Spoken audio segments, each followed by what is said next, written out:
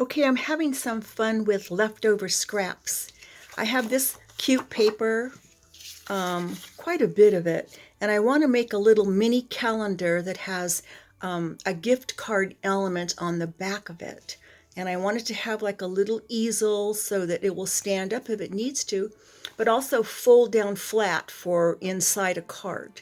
So this scrap is one-dimensional, and when I fold it over, we're going to have a situation where the back is upside down. So I'm going to use this side instead.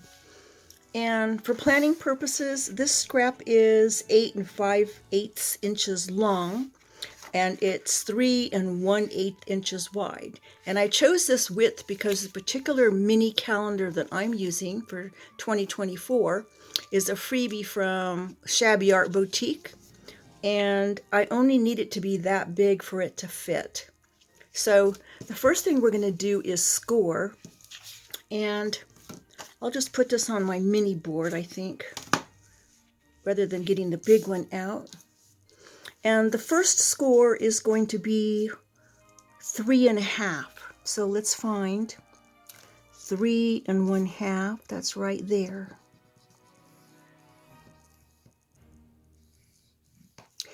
And then this other side needs to be a little bit longer because it has a connection piece on it. So this one's going to be 3 3/4, which puts us right here.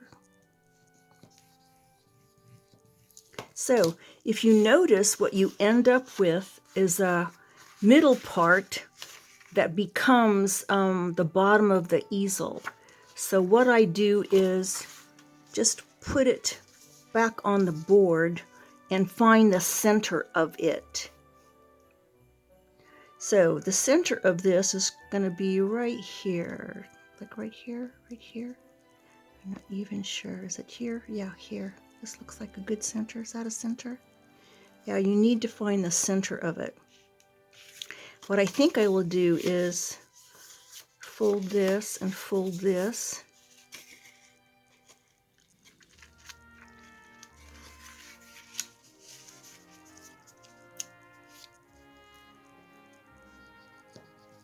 And then see if I can't find the center of it.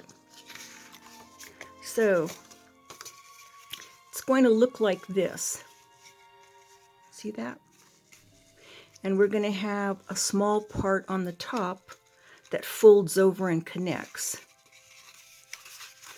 This fold here is going to be a valley fold like that. So let's make that a valley fold. And then these two side scores are going to be mountains. That one's a mountain, and this one's a mountain.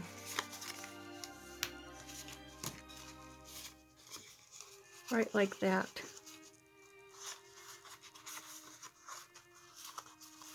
Am I doing it backwards? I am. Because I want my red side showing, right? That's right.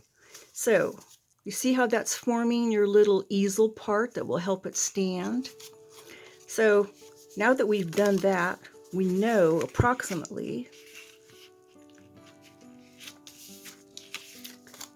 how big our fold over flap's going to be.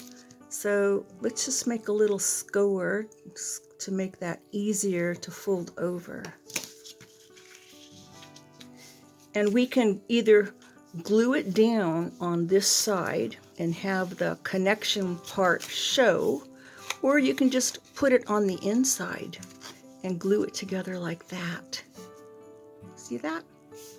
Then after I get this glued together, I'm going to be thinking about putting this scrap on the outside. I've already made a divot in it, and it's going to glue on like this. And then my dummy gift card will stick right down in there. And then on the opposite side, I'll glue on this little calendar. I've already cut out all these little squares, put them together, and I used my tiny attacher that has the sweetest little staples to staple it together. And that's because I don't want to staple it to this so that the staples will, I suppose they won't show because they're on the inside.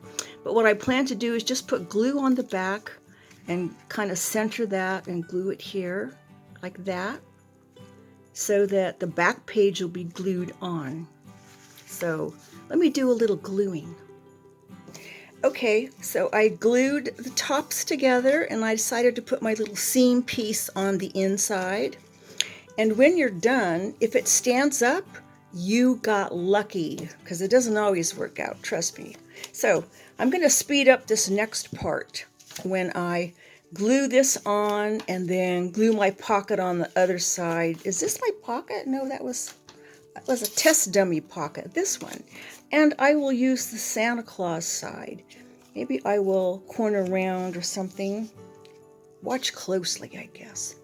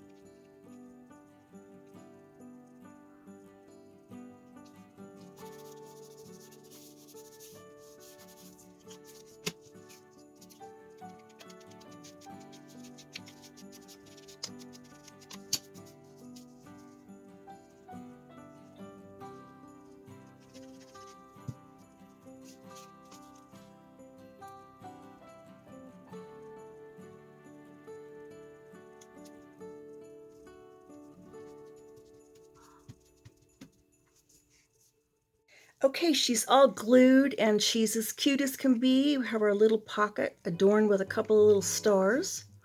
And our calendar's glued on with a couple of little fun sentiments on it. And cute, it stands up. You didn't think it was going to stand up, did you? It'll stand up. So we got to get this guy stuck in here. That's our gift card. Fits right like that. Cute. Still stands up. So quick and dirty, just like I promised.